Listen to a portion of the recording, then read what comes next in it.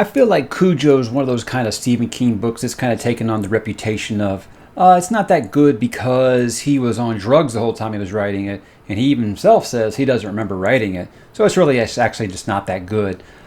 I'm going to disagree, and we're going to talk about it because I did a reread of this a couple years ago, and as the sharp serial professional would say, nope, nothing wrong here.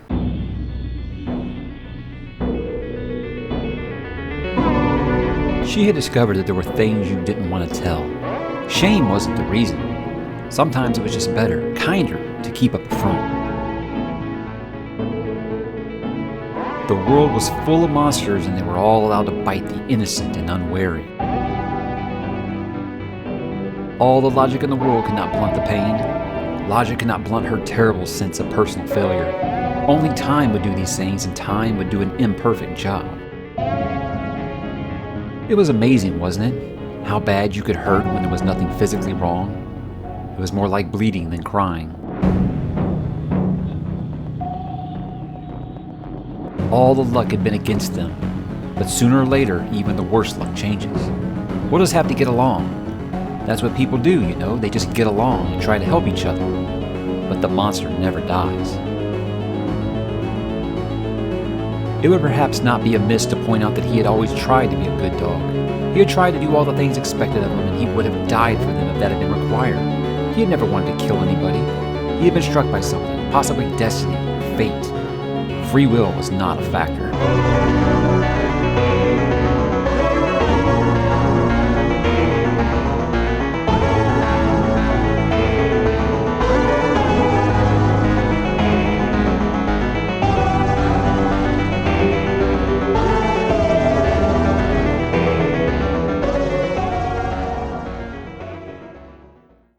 Hey, what's up, bookworms and constant readers? Mike taking you back into the multiverse another time, the seventh time, to talk about the seventh published novel under his own name, Cujo by Stephen King. Now, this, like I kind of joked about at the beginning there, is a book that has kind of gotten the reputation of, yes, King was very, very, very deep into his substance abuse at the time, and in interviews since, he has said he does not even remember writing this book. So I feel like a lot of people have kind of written it off as it's just one you can skip because it's not that important, because clearly it must not be good if he can't remember anything, or I don't want to read it because it's just about a dog, right? I'm going to get into why I disagree with those, why I think this has become maybe his most underrated book at this point in his career, because I found that there was a lot of redeeming qualities in this book when I reread it about 2 years ago. Actually, it was about a year ago. Quarantine life. I've become like Dark Tower, and like time is not relevant anymore. That's kind of how I feel about this during quarantine. But anyhow, let's go ahead and talk about it. If this is your first time finding the channel, my Into the Multiverse stuff is no spoilers. What I do is I tell you what the book's about, what makes it good or bad, and why I think you should read it. And then at the end, and I will let you know with ample time, I'm going to give some spoiler thoughts and then talk about the connections within King's wider multiverse. So that is the format here, so no worries if you haven't read this yet, but I'm here to let you know why I think that you probably should read it. And let's go ahead and talk about, like I said, seventh published novel under his own name. I am doing these in publication order by his own name, so that's where the Richard Bachman stuff is missing, and this would be the seventh. I'm not doing short story collections yet. I'm doing those much, much later.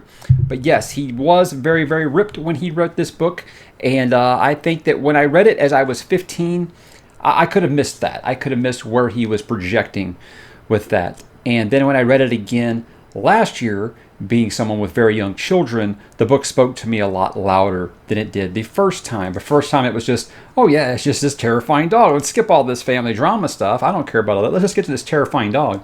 Whereas this time, the real life stuff really got to me. And that'll lead me into much of the criticisms and why I think that they're kind of overblown. But we'll get into that. But that begins with us doing what is the book about. Vic, Donna, and Tad Trenton have moved from New York to Castle Rock, Maine. So again, we're in Castle Rock, as he likes to do quite a few times. And Vic is facing somewhat of a scandal at his job. And that kind of has him where he has to leave town, and he leaves Donna and Tad alone. And Donna decides she's going to run some errands while he's gone. And she takes they just have a junker of a car. And she takes it in to get service, and it breaks down right at the mechanic's place. This is Joe Camber's garage, And all this time before that, we're building up that Joe's dog, Cujo, a very, very massive Saint Bernard. If you don't know about a Saint Bernard, it's about the size of a small horse, I think. Yeah, you ever see the Beethoven movies? I didn't think anybody would talk about Beethoven in a Stephen King review. Anyhow, so very, very big dog, and it can be very, very deadly if it goes feral, like in this book. But anyhow, this dog is kind of chasing a bunny and down a rabbit hole. As soon as the rabbit hole, it turns out to be a bat cave, and he gets bit by a bat. And but Joe didn't take very good care of this dog, never got him vaccinated, so of course he contracts rabies. So all on this book, you have this slow descent into madness by this dog that is going feral to a point where it starts chewing folks up. So we got them broke down in their car, and they run from this dog, and then they face about, I don't want to say how many days, but they spend days in there without food, without water, without heating or cooling, and there's no way to go for help. There's no cell phones in this time period. They're out in the country road, out in the middle of nowhere.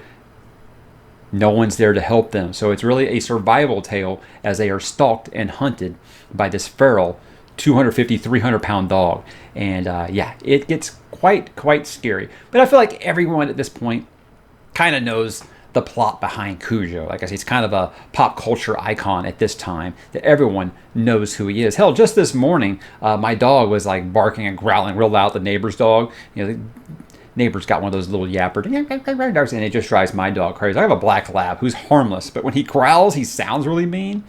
So I seem to be the only one in my neighborhood who will not just let their dog bark nonstop. And so I just went out there and just opened the door and said, "Hey, Cujo, get in here," because he sounds real mean.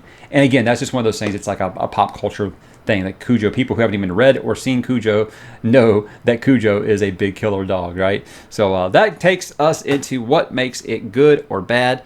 And I want to get to the good first. This is not a book without flaws. I am never going to say that. What I think is really good is the character development in this is a really good thing. One of the biggest criticisms is there's so much character development that's left unresolved in this book. And I think that is a good thing because it shows that no matter what drama or whatever scandal is going on in your life, it's not that important once you realize what's really important, like staying alive and protecting your family. So to me, I really like these things. You have these numerous families dealing with, just family drama and strife. And then all of a sudden this situation happens and you're like, hey, I'm not so worried about that anymore. It's kind of like you hear about people who serve overseas in the military, and how they used to think that they had real life problems, and then they went over there and they realized, oh, we don't have very many problems. It's kind of I don't like to do the whole like social commentary thing like a lot of other people do, but I can see how that relation is kind of made here. So I don't find that a criticism. There is a couple of side plots that I think don't really go anywhere. But let me finish with the good first. What I've said is at this age, I think that you can't really be scared reading a book. I hear all the time, oh, this wasn't scary, or that movie just wasn't scary. I mean, after about age 12, do you really get scared by movies or books anymore? So what I think it has to set in, at least for me, is uncomfortable horror, tension, knowing that it's coming and knowing that there's nothing you can do to stop it. And this book is full of that, full of it. But as the parent of young children, like I said, the overwhelming duty to protect your child is what makes this book really, really special to me. And because there isn't anything you wouldn't do for your kid. I mean, you can be just like everyone and be like, yeah, who isn't scared to die, right? Who doesn't have a fear of death? But when your kid's in mortal danger, that fear goes right out the window, and you'll do whatever it takes to protect your kids. So that is very, very good, and it builds into the character development. And speaking of characters, this is one when you first realize, hey, you know what? This is really a living, breathing world. Not only do we have Castle Rock again, but now you have Sheriff Bannerman show up. Sheriff Bannerman was also in the Dead Zone. So you've got the easy crossover here, and it builds on things. It also builds on some other things from Dead Zone, which I'll get into in spoilers. But again, another great thing about this book, this is another legendary King villain. Like I kind of said earlier, everyone knows the reference Cujo. I mean, it's used anytime there's anything about a dog biting somebody or a dog just sounds mean. Watch out, Cujo. Cool it, Cujo.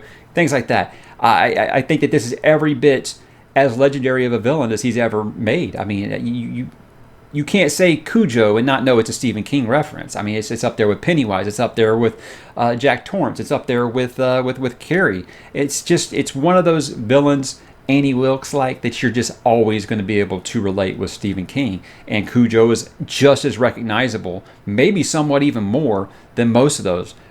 Randall Flagg is probably King's greatest villain. You know what? More people probably know who Cujo is than who Randall Flagg is. Am I wrong?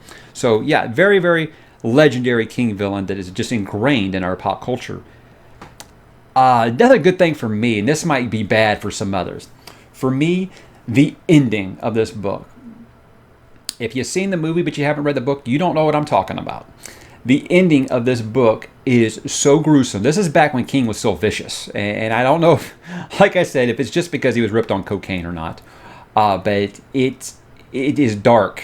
It is very, very dark. It isn't what I'd call a happy ending by any retrospect. And I know people always say, well, all King's endings suck. I think that you suck if you say that. I don't think all of his endings suck. There are some that have let me down, Dark Tower, but I don't think that this is one of them. I think that this is a very brutal and dark tale. Okay, let's talk about a couple of things that might not be so good. Much like Firestarter, where I said, for a book that is just like 340 pages, I felt like it just had a surprising amount of fluff. This book has a surprising amount of fluff for just over 315 pages, I think, on hardcover. That's scary, ain't it? There are a lot of side plots with Joe's wife's extended family that I don't feel like add anything to the story. Like I said, I understand why they're there. I find the stuff about the Trenton family much more interesting because it's something I think as someone who just has a normal married life can relate to. And it's the kind of stuff that people really do go through. Whereas the stuff about her snooty upper class family just is like, this isn't doing much for me. Joe's basically here just to set up Cujo. I feel like that served his purpose of the story. I didn't need to know about his wife's extended family. So that's one of the things I think could have probably been cut out a little bit. And like I said, I just feel like it was kind of fluffy for this short of a book, which is kind of crazy because King will write books 3 times this length later where I don't feel like there's any fluff. So there we are. I do feel like that was a problem he had with a Firestarter, and it kind of dragged into this one. But that takes me to why I think that you should read it. I don't think that there's another King book like this. It's very different. It feels relatively small for his universe. Yes, it's within the multiverse. Yes, Castle Rock is a living, breathing town, but in this one, it doesn't have a large cast of characters. It takes place mostly in one place. It's kind of like Gerald's Game in that regard, where it's just one real character that's talking through most of this book, with Donna. So I can see how this got to, okay, well, you can't do another book like that, and that's why he ends up doing Gerald's Game later, but I'll get to that eventually. But again, the brutality, the pace, the agony inside, the weight, that's the things that make this book really, really just uncomfortable to read. And for me, I don't like reading a book that makes you uncomfortable. Then you shouldn't be reading Stephen King, because I think that's what the man does the best. Besides the coming of age story is making you uncomfortable. And this book will definitely make you uncomfortable. Don't do the, who wants to read a 300-page book about a dog? That's just absolute ridiculous if that's what you think this is about. That is not what this is about. It is definitely more than that, but I can't get too much into that. But I like that this book feels like real life, because like I said, you can have a ton of personal things going on, and as soon as your life's in jeopardy, you forget all about that and realize none of that shit matters. This matters, staying alive. But there's no supernatural events. In all these books, you always have something where you got to kind of, bend your believability a little bit or something like that. Not with this. This is something that could absolutely be based on a true story. In fact, King got the idea off something that happened to him. He went to a small mechanic like this, and his Saint Bernard tried to attack him, and the mechanic hit him with a wrench to get him to stop. But the whole time he was thinking about is that's what could have happened. So that's where he got this idea from. So I like the early Stephen King stuff. He really based a lot of this stuff off ideas he had usually while he was driving. It seems like he comes up with all these while he was driving. The Stand he came up with when he was doing a road trip. So it feels like real life. I like that. And it's structured in a way that's unusual for King. There's no chapter breaks. There's lots of backstory. There's character development that goes unfinished. And it's always pushing forward. I like that about it. And like I said, man, Cujo is just a pop culture icon at this point. I feel like everyone should read it just to know what it is about. And that takes me to the end of my non-spoiler thoughts. So guys, I recommend that you read the book. Don't listen to what you've heard. Get the misconceptions out of your head. If King could write a book this good while he was ripped, I think you know how I feel about the man's career, because he's been sober for like 25, 30 years now, and he's still writing good stuff. So I don't think it was any different back then. I definitely don't think that he was only writing good because he was ripped. That's the other argument I hear. But yeah, if that's what he can do when he's ripped and he writes something that good, and like I said, he's a gift, and we don't deserve him. So let's get into spoilers. You have 3 seconds to comply. 2 seconds, 1 second. Okay, the ending. Holy hell, what balls. What balls this man had. And this is something I said when I was 15. I was like, man, Stephen King's a weirdo. When I'm this old with kids that age, of Tad's age, yeah, it's awful. It's awful. Tad dies of dehydration. So he doesn't actually die from Cujo, and Donna actually finally fights the dog off enough for them to get through it, and Tad's already dead. Oh man, it's just devastating, especially when you get to some points where you realize, holy shit, I bet she was talking to him while he was dead. It's dark. It's dark shit. It's so dark that, like I said, the movie wouldn't even do it. I feel like that movie gets a lot of crap, by the way, and I feel like that's one of the better King adaptations. If they do that now, it's going to be a CGI dog, and it's not going to look real, and it's going to look corny, and they're not going to do it nearly this faithful.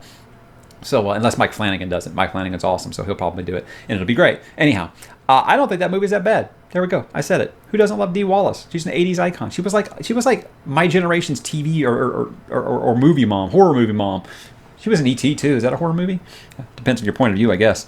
But yeah, it's just a dark ending. I think it was clear that King was high as shit while writing this with his stuff of, I think it's the ghost or the spirit of Frank Dodd living in Tad's closet. That's the serial killer that John Smith and Sheriff Bannerman took down in the Dead Zone.